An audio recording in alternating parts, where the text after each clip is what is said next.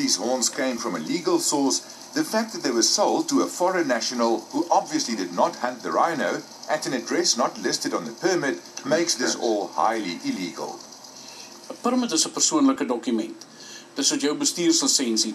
'n Permit word uitgereik van persoon A na persoon B toe. Dit kan glad nie gewysig word nie. 'n Nuwe permit moet uitgereik word dan om sodoende so transaksie dan te wettig.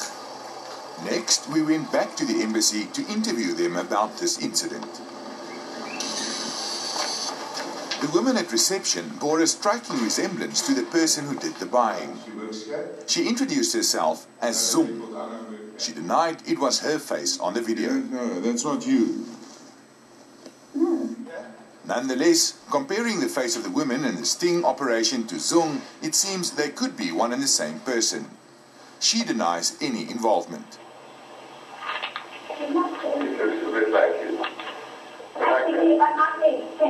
She was clearly not going to admit that she had bought rhino horn illegally. The next step is to get answers from the more senior staff, such as the ambassador. According to the reception staff, he was not available, and we were then requested to leave. Over the next few weeks, we wrote various letters and made many phone calls, both to the Vietnamese embassy and to our own Department of Foreign Affairs. Well, the Vietnamese embassy did say in a letter that they actually support CITES and all the laws around the trade in rhino products, but they refused to give us an on-camera interview. They asked for a separate, off-the-record meeting with us. When we said that this won't work for us, we were then met with a stony silence. And our own foreign affairs people came up with all sorts of reasons why they couldn't make this date or that one, until eventually they just stopped returning our phone calls. So it seems by the reaction that maybe they're not taking this seriously. As ons nie die onwettige jag van rhinoceros gaan stop nie, dan gaan ons 'n probleem kry direk ook met die natuurlike bevolking. It is a sentiment shared by Clive Walker.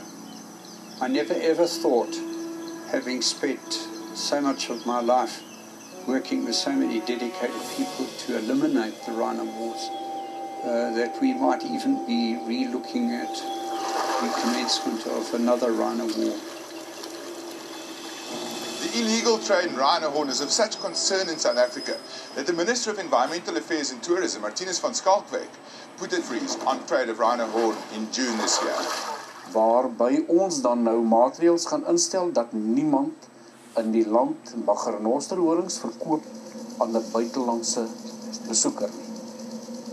The moratorium will keep the animals safe while the authorities take a serious look at the failings of South Africa's current legislation when it comes to how rhino and other animals are hunted. I believe one of the first solutions is to do a survey or carry out a survey on white rhino and black rhino on private land to establish the real numbers, more control over the hunting, uniform legislation throughout the provinces with regards to permitting to bring that standardization. Stockpiles of rhino horn, having it registered so we have databases that are lying around. Microchipping of rhino horn has gone a long way to keep track on where and when horn is harvested. But Jaap says we need to start thinking of even smarter solutions if we want to put an end to wanton rhino poaching. Wel, ons probeer elke metode wat daar so is. Ek meen, ons kan nie op ons lauwere sit en toekyk dat hierdie waardevolle bron in Suid-Afrika, wat ons met passie opgepas het vir jare, kan ons nie nou toelaat dat dit voor ons oë tot niet gaan deur eintlik geldgierigheid nie.